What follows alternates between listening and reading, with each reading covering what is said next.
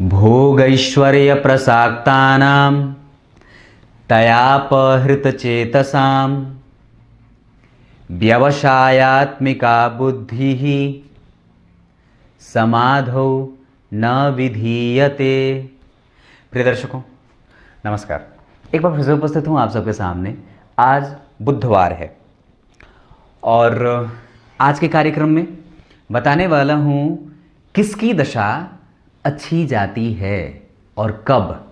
इस पे मैंने एक कार्यक्रम बहुत पहले बनाया था।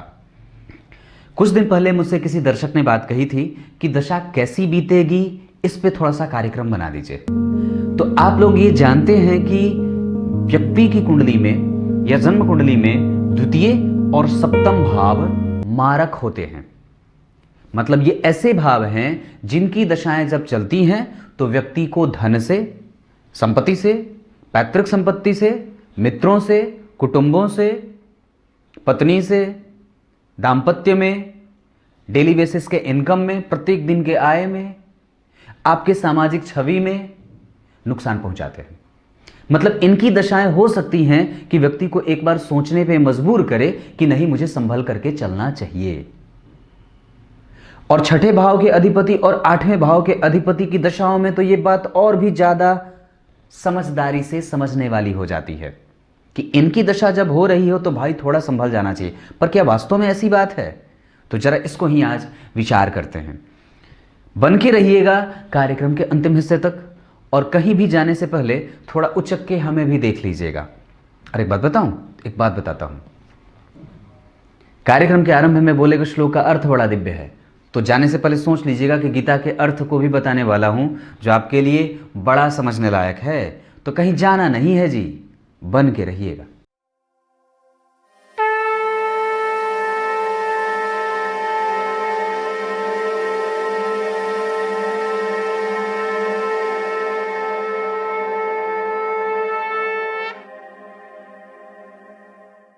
आइए अब आपको सीधे विषय पे लेके आता हूं। कार्यक्रम में बात इतनी है, मैं उतनी ही बात कहना चाहता हूं जो आपके दिमाग में फिट बैठ जाए और किसी भी तरीके के आडंबर से मुक्त करना चाहता हूं। आइए देखिए, सबसे पहले जन्म कुंडली के दूसरे भाव पे विचार करते हैं और सप्तम भाव पे विचार करते हैं। अगर इन दोनों भावों के अधिपति की दशा चल रही हो, मान लीजिए महादशा द्वितीय भाव के अधिपति की चल रही हो या फिर महादशा सप्तम भाव के अधिपति की चल रही हो। सप्तम भाव के अधिपति कहने का मतलब है कि 2 नंबर में जो अंक लिखा हो और 7वें नंबर में जो अंक लिखा हो, 7वें भाव में जो अंक लिखा हो, उस अंक के अधिपति की दशा अगर चल रही हो। जैसे मान लीजिए आपकी कुंडली में गुरु की दशा चल रही है, महादशा गुरु की चल रही है और आपने अपनी कुंडली खोल करके देखी तो यहां पे 9 और 12 लिखा है।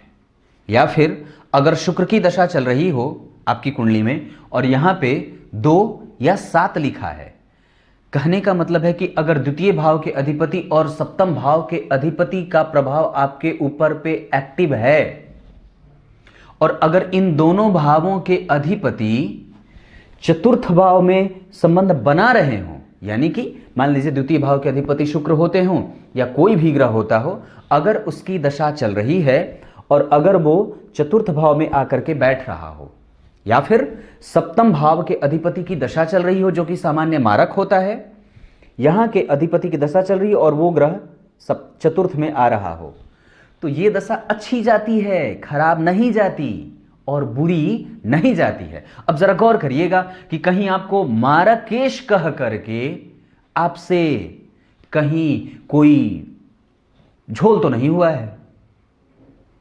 यह बात बहुत अच्छे तरीके से समझने वाली है क्योंकि हम सिर्फ उसी विषय को समझना चाहते हैं जो ज्योतिष के बहुत प्रचारित किए गए हों, जैसे गुरु चांडाल के मद्रुम और पता नहीं काल सर्प, इस जैसे योग कोई होते ही नहीं है और आपको पता नहीं उन्हीं के योगों में और फांस में डाल करके क्या क्या चीजें करी गई हैं। एकदम सीधी सी बात है, व्यक्ति की कुंडली में योगों का निर्धारण उसके पिछले जन्मों के कर्मों के आधार पर ही होता है और यह बात बहुत अच्छे तरीके से समझने वाली है। एक बात बताऊं, एक बात बताता हूं, ध्यान से समझिएगा। ठीक यही स्थिति छठे और आठवें भाव में भी होती है।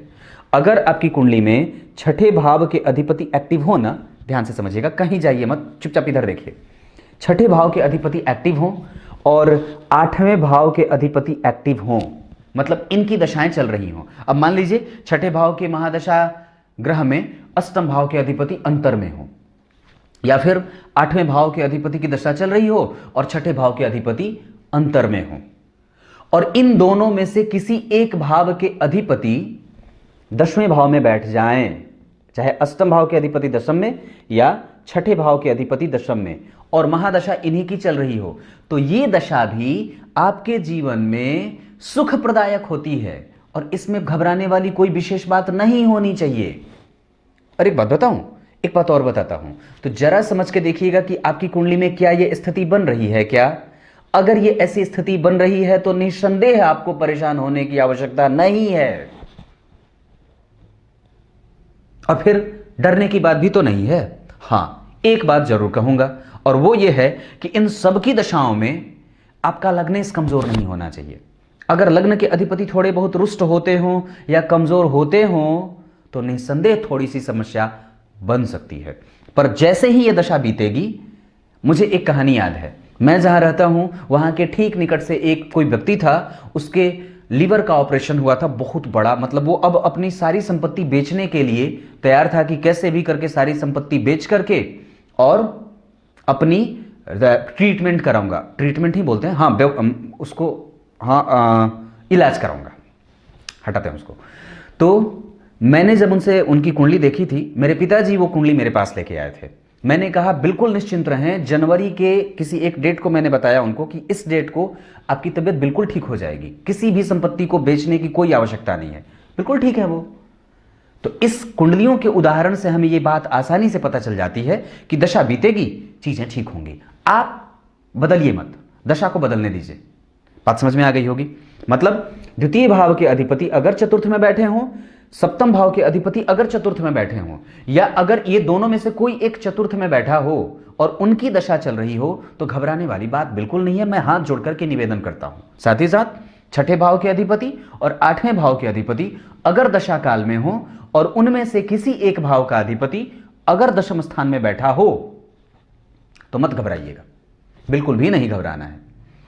कुछ इसी तरीके से आज के कार्यक्रम का समापन करते हैं। तब तक के लिए इजाजत दीजिए। कल एक बार फिर से उपस्थित होंगे आप सबके सामने। गीता के श्लोक की बारी अब आती। गीता के दूसरे अध्याय के 44वें श्लोक में भगवान ने बात कही है।